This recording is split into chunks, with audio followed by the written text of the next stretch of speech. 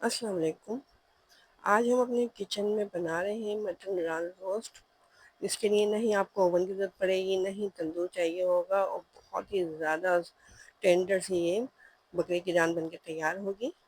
इसके साथ हम बनाएंगे चावल, जो कि हम रान को जब रोस्ट करेंगे उसमें से जो यखनी निकलेगी वो हम चावलों में डालेंगे, तो इससे चावल भी बहुत ज़्यादा मज़ेदार बनेंगे। तो चलिए फिर बनाना शुरू करते हैं। ये हमने ले ली है बकरे की रान, तो तकरीबन ये 1.5 किलो के करीब है। तो इसमें हम डीप कट लगा लेंगे ताकि ये अच्छी तरीके से मैरिनेट हो जाए। इसके अंदर हम जो मसाला वगैरह लगाएं वो अंदर तक जाए। एक तरफ हमने कट लगा लिया था, अब हमने इसको टर्न कर दिया है, दूसरे साइड पे भी इसके डीप कट ही लगाने हैं और फिर इसको हम करेंगे मैरिनेट।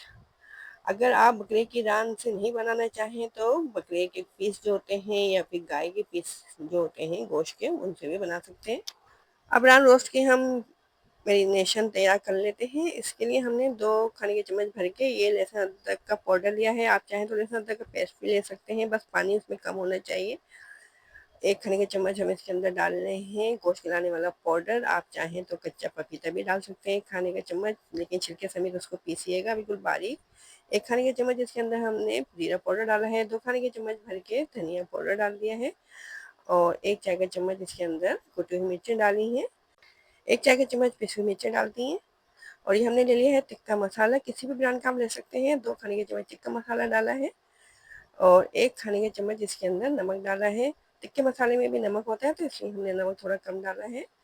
1 खाने के चम्मच पिसी हुई काली मिर्चें डाली हैं और ये हमने ले लिया है 2 खाने के चम्मच भर के नींबू का रस। आप अगर नींबू का रस नहीं हो आपके पास तो आप इसके अंदर सिरका डाल सकते हैं। आधा कप हमने ले लिया है ये गाढ़ा दही और ये हमने लिया है बेसन, जिसको कि हमने घोल लिया था थोड़े से पानी में। 2 खाने के चम्मच बेसन लेके इसमें हमने थोड़ा सा साबुत धनिया भी डाला था। तो ये जो हमने बेसन की सलोरी बनाई है, इससे जो हम मसाला बना रहे हैं ये अच्छे तरीके से रान पे लग जाएगा।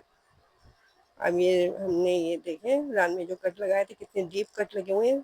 अब ये जो हमने मैरिनेशन का मसाला तैयार किया है ये अच्छे तरीके से हम रान के अंदर लगाएंगे, अंदर बाहर हर तरह से इसको लगा लेना है ताकि ये अच्छे तरीके से मैरिनेट हो जाए, मसाला अंदर तक चला जाए। अच्छे तरीके से इसको मसाज करेंगे और अगर आपके पास टाइम हो तो पूरी रात के लिए भी आप इसको रख सकते हैं मैरिनेशन करने के बाद। अगर टाइम नहीं है तो 2 से 3 घंटे के लिए रख दें ताकि जो हमने गोश्त गिलाने वाला पाउडर इसके अंदर लगाया है उससे गोश्त जो है अच्छे तरीके से गल जाए। अब इसके अंदर हमने 3 खाने के चम्मच ये कुकिंग ऑयल लगा देना है। बहुत ही मज़ेदार सी ये रान हमारी रोस्ट होगी इंशाल्लाह। बगैर किसी ओवन और तंदूर के हम इसको देगची में रोस्ट करेंगे। दोनों साइडों पे अच्छे तरीके से हमने ये कुकिंग ऑयल लगा दिया है। इसको फिर हम फ्रिज में रख देंगे मैरिनेट करने के लिए। अब 4 घंटे के लिए हम इसको रख देते हैं ताकि अच्छे तरीके से ये मैरिनेट हो जाए। 4 घंटे हो चुके हैं। अब ये हमने ले ली है एक देगची, ये रिटायर्ड देगची है, इसके अंदर हम खाना वगैरह नहीं पकाते। थोड़ा बड़ा देगचा लीजिएगा ताकि जो रान है आ जाए इसके अंदर। इसके नीचे हमने नमक बिछा दिया है और ले लिया है ये स्टीमर। नमक के ऊपर इस स्टीमर को रख देते हैं और फिर इसके ऊपर से हम बटर पेपर लगा देंगे ताकि जब हम रान इसके ऊपर रखें वो पके तो इसके अंदर से जो पानी निकले वो नीचे नहीं गिरे। उस पानी को हम चावलों में डाल के चावल पकाएंगे, इससे चावल बहुत ज़्यादा हमारे मज़ेदार से बन के तैयार होंगे। तो ये जो हमने मैरिनेट की हुई रान रखी हुई है इसको हम रखते हैं देगचे के अंदर और ये मसाला जो है इसको हम चावलों में इस्तेमाल करेंगे जो मसाला बच गया है। अब ये स्टीमर के ऊपर हमने इसको रख देना है और फिर इसको हम कवर कर देंगे।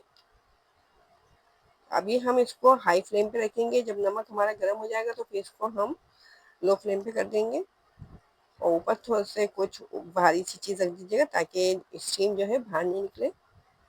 तो तकरीबन 2 घंटे तक हमने इसको लो फ्लेम पे पकाया है। 2 घंटे के बाद हम चेक कर लेते हैं इसको। देखें 2 घंटे के बाद इसके अंदर ये पानी नज़र आ रहा होगा आपको, ये गोश्त का पानी है। अच्छे तरीके से ये रान हमारी टेंडर हो चुकी है, ये गोश्त छोड़ दिया हड्डी ने। अब हम चावल बनाते हैं। चावलों के लिए हमने 1 कप कुकिंग ऑयल डाल दिया है खुले हुए बर्तन के अंदर और आधा कप ये चॉप की हुई प्याज है। प्याज को हल्का सा हम नरम करेंगे, बहुत ज़्यादा देर तक इसको फ्राई नहीं करना है। हम ये रान रोस्ट के साथ चावल सर्व करेंगे। थोड़ा सा हमने ले लिए हैं गरम मसाले, तो इसके अंदर हमने लौंग, काली मिर्च, सफ़ेद ज़ीरा, दालचीनी, बड़ी इलायची और एक बादियान का फूल भी लिया है। थोड़ा थोड़ा सा लिया हमने सब चीज़ों को। तो गरम मसाले को हल्का सा फ्राई कर लेना है। और जो हमने रान रोस्ट की थी उसमें से जो कच्चा मसाला बचा था और जो पकने के बाद जो उसमें यखनी बनी थी वो हमने निकाल ली अलग। अब एक खाने के चम्मच इसके अंदर अदरक लहसुन डाल के अदरक लहसुन को हल्का सा हम फ्राई करेंगे। जब अदरक लहसुन की सोंधी सोंधी सी खुशबू आ जाएगी तो ये जो हमारे पास बचा हुआ रोस्ट का मसाला है ये डाल देंगे। थोड़ा सा पानी डाल दिया हमने इसमें ताकि मसाला सारा इसके अंदर चला जाए। वहीं पैन के अंदर मसाले को हम भून लेंगे। 1 किलो चावल लिए हमने बासमती राइस, उनको हमने भिगो के रखा हुआ है आधे घंटे से। 4 बड़ी वाली हरी मिर्ची डाल दी इसके अंदर, 4-5 के करीब। हरी मिर्चों को हल्का सा मसाले के साथ फ्राई करने के बाद अब इसके अंदर हम 2 खाने के चम्मच नमक डाल देते हैं। 1 किलो चावल बना रहे हैं और फिर हमने थोड़ा सा ये रोस्ट का मसाला भी इसके अंदर डाला था तो इसमें भी नमक था। और 2 लीटर पानी, क्योंकि 4 गिलास हमने चावल लिए हैं उसके हिसाब से हमने 8 गिलास पानी डाला है। 2 चिकन क्यूब डाल दिए हैं, ये ऑप्शनल है, अगर डालना चाहें तो डालें, नहीं तो आप इनको स्किप भी कर सकते हैं। अब चावल जो हमने भिगो के रखे हुए थे अच्छे तरीके से इनको वॉश करने के बाद ये जो हमारा पानी बॉयल हो रहा है चावलों का, इसके अंदर चावलों को डाल देते हैं। और जब इसके अंदर बॉयल आ जाएगा तो 15 मिनट तक इसको मीडियम फ्लेम पे रखेंगे और फिर 10 मिनट तक इसको लो फ्लेम पे रखेंगे। इस तरह से बहुत ही मज़ेदार से चावल भी हमारे तैयार हो जाएंगे। तो बहुत ही मज़ेदार सी ये हमने बकरे की रान रोस्ट की है बगैर किसी ओवन और तंदूर के। तो अगर आपको पसंद आई ये रेसिपी और चैनल पर नए भी आए हैं और अभी तक आपने चैनल को सब्सक्राइब भी नहीं किया है तो जल्दी से चैनल को सब्सक्राइब कर दीजिए। और अगर रेसिपीज़ पसंद आती है तो लाइक ज़रूर किया करें और हमें बताया करें आपको हमारी रेसिपीज़ कैसी लगती हैं। देखें 15 मिनट के बाद इसमें थोड़ा सा पानी आपको नज़र आ रहा होगा। चावलों को मिक्स करते हैं और फिर 10 मिनट के लिए इसको लो फ्लेम पे रख देते हैं। अगर चाहें तो आप इस पैन के नीचे हेवी बॉटम का तवा वगैरह रख सकते हैं जिसमें कि हम पराठे वगैरह बनाते हैं। अभी हमने एक तवा कोयला रखा है, थोड़ा सा इसके अंदर कुकिंग ऑयल डाल के और पैन को हमने कवर कर दिया ताकि चावलों के अंदर स्मोकी सा फ्लेवर आ जाए। तो ये स्टीम रोस्ट जो हमने रान की है इसके साथ बहुत ज़्यादा मज़ेदार से लगेंगे चावल। तो ये देखें जनाब, स्मोकी फ्लेवर के साथ हमारे ये चावल भी तैयार हैं। और स्टीम नान के साथ हम इन चावलों को सर्व करेंगे। साथ में हमने बनाई है बहुत ही मज़ेदार सी चटनी।